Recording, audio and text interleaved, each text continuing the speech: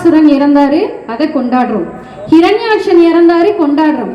ஆனால் முருகனுடைய சூரசம்ஹாரம் நடந்ததை மட்டும் விரதமா ஏற்கிறோம். ஏன் தெரியுமா?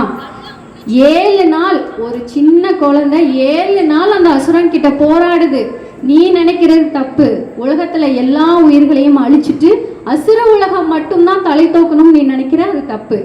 அதை நீ சரி பண்ணுன்னு கேட்கிறாரு. சொட்டு தண்ணி கூட இல்லாம 7 நாள் அந்த குழந்தைய போராடுறதுனாலதான், அந்த குழந்தைய ஞாபகம் வச்சுக்கிறதுக்காக தான் நம்ம 7 நாள் பாலும் பழமும் தண்ணியும் குடிச்சு அந்த விரதத்தை நம்ம நடத்திக்கிட்டு இருக்கோம்.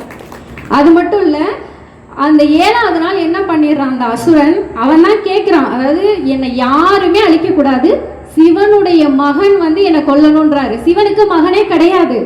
அப்ப மகன் தன்னுடைய ஞான திருஷ்டியில உருவாக்குறாங்க 6 தீப்பொறியா. அப்படி வந்தவர் தான் நம்ம முருகன். 6 தீப்பொறிய ஒன்னா சேர்த்து ஒரு உருவமா ஆக்குனதுனாலதான் அவர் 6 முகம்ன்ற பேர்லயும் வந்திருக்காரு.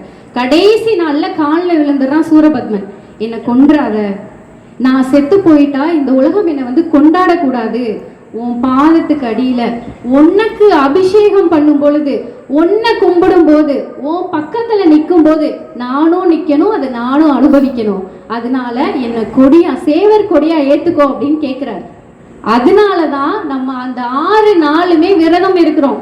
நம்ம எவ்வளவு பெரிய பாவம் பண்ணியிருந்தாலும் சரி, மனசார மன்னிப்பு கேட்டு அந்த 6 நாளும் நீ தண்ணி தூக்கம் எதுவுமே இல்லாம நீ முருகனை வேண்ட அப்படின்னா சேவர் கொடியா அவர் தன்னுடைய மனசுல வச்சுக்கிடுவார். அப்படின்றதுனாலதான் இந்த சூரசம்ஹாரத்தை நம்ம 7 நாள் கொண்டாடுறோம்.